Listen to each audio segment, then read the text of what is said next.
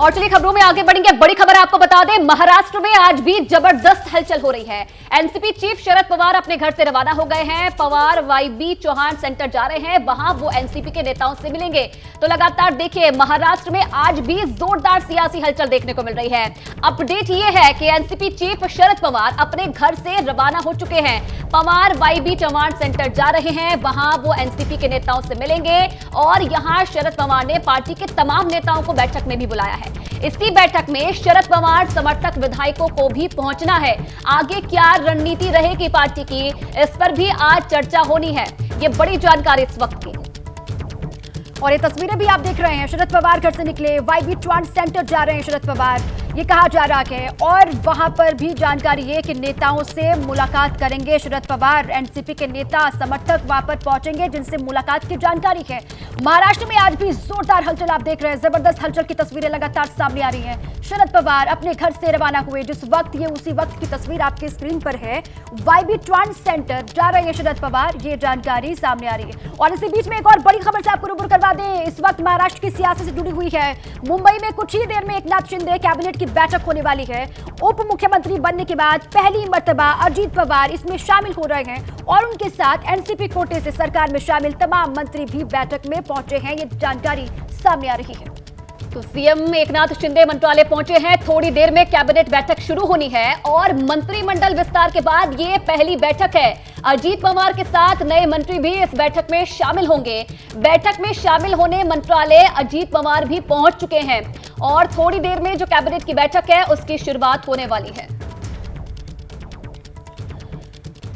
और चलिए सीधे आपको जितेंद्र दीक्षित का रुख कर लेते हैं। हमारे साथी जुड़ चुके हैं महाराष्ट्र से। एनसीपी के नेताओं से शरद पवार भी लगातार मिल रहे हैं, दूसरी ओर बैठकों का दौर लगातार जितेंद्र जारी है।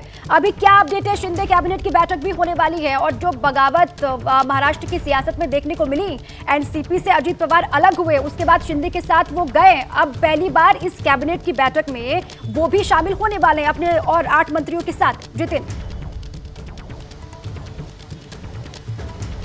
जी हाँ, बिल्कुल पहली बार वो कैबिनेट की बैठक में शामिल होंगे और हो सकता है आज शाम तक उनको उनके पोर्टफोलियोज भी बता दिए जाएं, किसको कौन सा विभाग दिया जाएगा, इस बाबत जानकारी आ सकती है। मैं आपको बता दूं कि महाराष्ट्र की सियासत में आज बैठकों का दिन है। एक तरफ मंत्रालय में कैबिनेट की बैठक हो रही है, दूसरी तरफ विधान भवन में कांग्रेस की बैठक हो रही है और तीसरी बैठक मैं इस वक्त जहां मौजूद हूं, मातोश्री उद्धव ठाकरे का निवास स्थान, यहां पर शिवसेना उद्धव ठाकरे गुट की बैठक हो रही है। यहां पर उद्धव ठाकरे अपने तमाम सांसद, विधायक और पार्टी पदाधिकारियों के साथ अब से कुछ देर में ही एक बैठक शुरू करने वाले हैं। और जैसा कि संजय राउत ने हमें जानकारी दी है, उसके मुताबिक इस बैठक में जो ताजा राजनीतिक घटनाक्रम हुआ है, जिस तरह से एनसीपी दो फाड़ हुई है, उसके बाद शिवसेना का क्या रुख होगा, इस पर चर्चा होनी है। और साथ में सबसे अहम इस सवाल पर चर्चा की जानी है कि आखिर क्या शिवसेना को अब आगे महाविकास आघाड़ी में बरकरार रहना चाहिए या फिर इससे बाहर आ जाना चाहिए,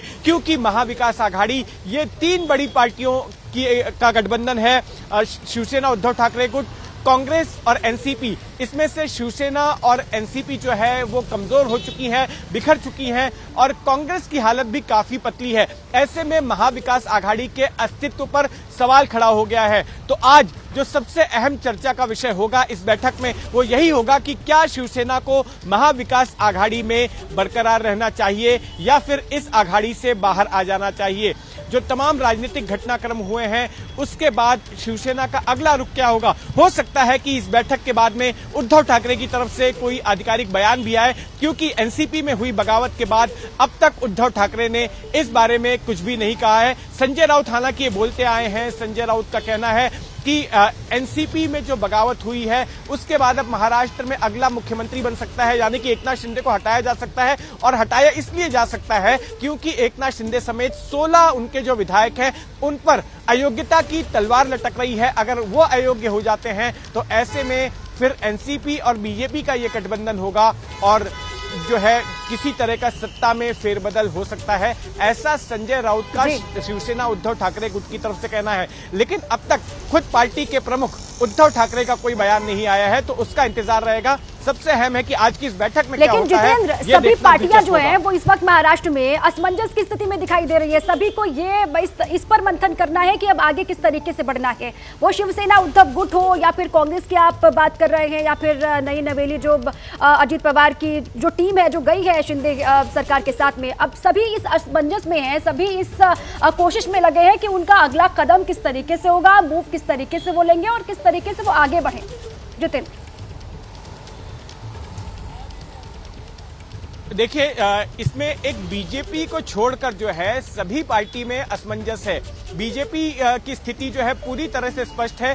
बीजेपी महाराष्ट्र की सत्ता में है। बीजेपी के सबसे बड़े नेता राज्य के देवेंद्र फडणवीस महाराष्ट्र के उप मुख्यमंत्री हैं, लेकिन असमंजस में जो है एकनाथ शिंदे गुट के लोग हैं, क्योंकि जो है अंडर करंट जैसे हमें मिल रहे हैं उसके मुताबिक एनसीपी के इस बगावती धड़े को साथ में लिए जाने के बाद में एकनाथ शिंदे गुट के कुछ नेता जो है वो नाराजगी अंदर खाने जता रहे हैं और उनको ये बात बिल्कुल भी पसंद नहीं आई है कि एनसीपी के इन विधायकों को साथ में सरकार में शामिल किया जाए। तो एकनाथ शिंदे गुट के भीतर से भी इस तरह की सुगबुगाहट शुरू हो गई है। दूसरी तरफ एनसीपी में क्या चल रहा है ये हम सामने से देख रहे हैं। दोनों गुट एक दूसरे पर आरोप प्रत्यारोप कर रहे हैं। दोनों गुट ने एक दूसरे के खिलाफ जो है कानूनी कार्रवाई की धमकी दी है। दोनों गुटों ने एक दूसरे के पदाधिकारियों को निकाल दिया है और अपने आप को असली एनसीपी करार दिया है।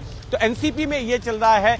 जहां तक अब शिवसेना उद्धव ठाकरे गुट का सवाल है, तो उसकी स्थिति अब तक स्पष्ट नहीं हुई है कि अब उद्धव ठाकरे गुट को क्या करना है, क्योंकि जो तय हुआ था, जो अब तक ये तीनों ही पार्टियां बोलती आई थी कि आने वाला जो लोकसभा का चुनाव है और उसके बाद जो विधानसभा का चुनाव होना है अगले साल महाराष्ट्र में, ये सभी चुनाव जो है ये तीनों पार्टियां साथ में लड़ेंगी। लेकिन जिस तरह से ये घटनाक्रम बदल गए हैं, जिस तरह से एनसीपी में फूट पड़ गई है, उसके बाद से खुद महाविकास आघाड़ी का इन तीनों पार्टियों के गठबंधन का अस्तित्व ही खतरे में पड़ गया है। और ऐसे में अब सभी को अपना भविष्य देखना है। उद्धव ठाकरे अब ये देखेंगे कि महाविकास आघाड़ी के साथ रहने में फायदा है या फिर एकला चलो राह पकड़ना है। बिल्कुल जितेंद्र, अब देखने वाली बात यह है कि चाचा भतीजे की जो लड़ाई है वो कहां पर आकर रुकती है। आप बने रहिए हमारे साथ, आगे भी अपडेट आपसे लेते रहेंगे। जैसे ही घड़ी का काटा दोपहर 2:30 पे आए, बबीता जी का दिल सास बहू साजिश के लिए मचल जाए। और ये है इनकी बहू, पूरे दिन ऑफिस की टेंशन हो जाए गॉन जब ये करें अपना फेवरेट शो फ्री टाइम पे ऑन। इनकी तरह आप भी देखिए अपना फेवरेट शो अपने टाइम पर और डाउनलोड कीजिए एबीपी लाइव ऐप अपने स्मार्ट टीवी पर।